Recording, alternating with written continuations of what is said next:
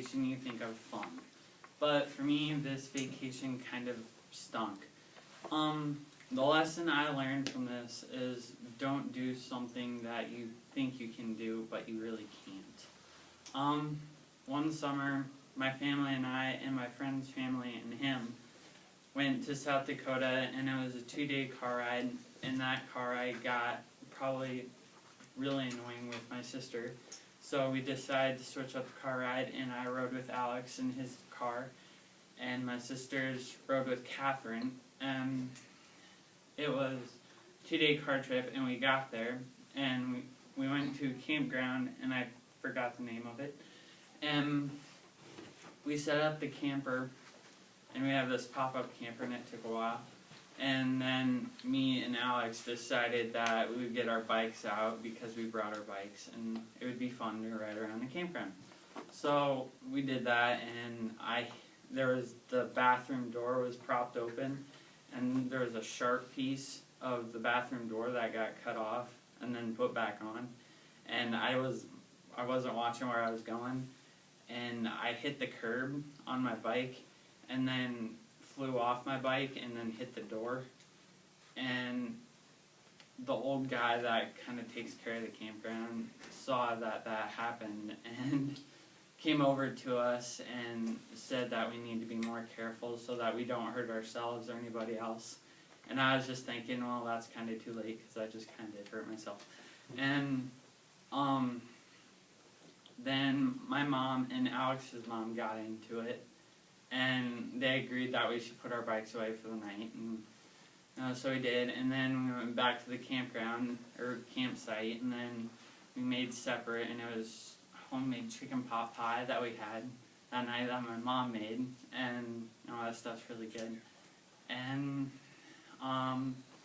then the next morning, me, my dad, Catherine, both my sisters, and Alex decided that it would be fun to go on a hike, and there was a hiking trail next to the campground. So we decided that we would go on that, and it's really bad. It's really bad when there's a sign on it that says no wheelchairs allowed. So it was basically 5 miles up a mountain and 5 miles down a mountain. We got back, and we're all covered in sweat and we're tired. So I went and took a shower, and then went back to the campground, and my sisters and my mom went out and looked at animals. I looked at all the buffaloes and got pictures and stuff. And they were in the car, and a buffalo charged the car and hit the tailgate. And then they came back, and the next morning we were going to change campgrounds. We're going to a different campground, and then we switched campgrounds, and this campground was really, really nice. So